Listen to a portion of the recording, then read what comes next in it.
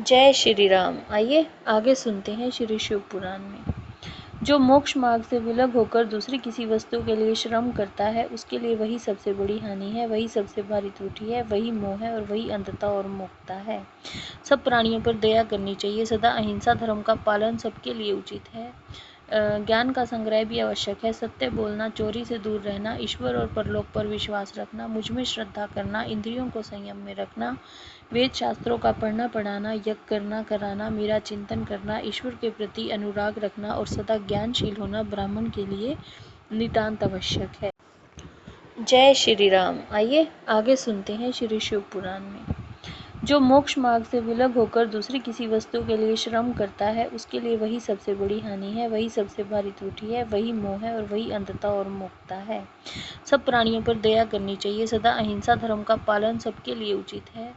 ज्ञान का संग्रह भी आवश्यक है। सत्य बोलना, चोरी से दूर रहना, ईश्वर और परलोक पर विश्वास रखना, मुझ में श्रद्धा करना, इंद्रियों को संयम में रखना, वेद शास्त्रों का पढ़ना पढ़ाना, यज्ञ करना कराना, मेरा चिंतन करना, ईश्वर के प्रति अनुराग रखना और सदा ज्ञानशील होना ब्राह्मण के लिए नितांत आवश्यक है।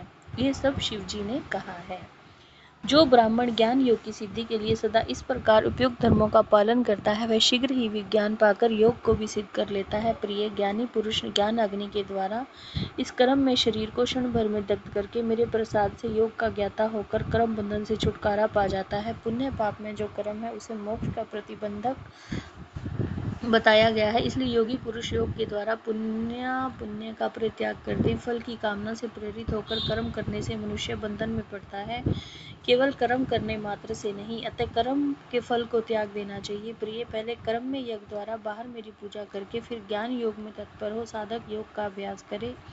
कर्म यज्ञ से मेरे यथार्थ स्वरूप का बोध प्राप्त हो जाने पर जीव योग युक्त हो मेरे यजन से विरत हो जाते हैं। जिस समय वे मिट्टी, पत्थर और स्वर्ण में भी संभाव रखते हैं। जो मेरा भक्त नित्य युक्त व एकाग्रचित हो ज्ञान योग में तत्पर रहता है, वह मुनियों में श्रेष्ठ व योगी होकर मेरा सायुज्य प्राप्त कर लेता है।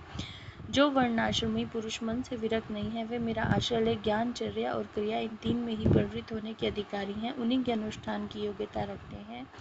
मेरा पूजन दो प्रकार से है, बाह्य तथा अभ्यंतर। इसी तरह मन, वाणी और शरीर, इन त्रिविध साधनों के भेद से मेरा भजन तीन प्रकार का माना गया है। तप, कर्म, जप, ध्यान, ज्ञान, ये मेरे भजन के 5 स्वरूप हैं। अतः साधु पुरुष इसे 5 प्रकार का भी कहते हैं। मूर्ति आदि में जो मेरा पूजन होता है, जिसे दूसरे लोग जान लेते हैं, वह बाह्य पूजन या भजन कहा गया है। और वही भजन पूजन जब मन के द्वारा होने से केवल अपने ही अनुभव का विषय होता है, तब अभ्यंतर कहलाता है। मुझ में लगा हुआ चित्त ही मन कहलाता है। सामान्यतः मन मात्र को यहाँ मन नहीं कहा गया है। उसी तरह जो वाणी मेरे नाम की जाप और कीर्तन में लगी हुई है, वही वाणी कहलाने योग्य है, दूसरे नहीं। और जो मेरे शास्त्र में बताए हुए त्रिपुंड आदि चिन्हों से अंकित है और निरंतर मेरी सेवा पूजा में लगा हुआ है, वही शरीर है, दूसरा नहीं। मेरी पूजा को ही कर्म जानना चाहिए। बाहर जो यज्ञ आदि किए जाते हैं, उन्हें कर्म नहीं कहा गया है। मेरे लिए शरीर को सुखाना ही तप है।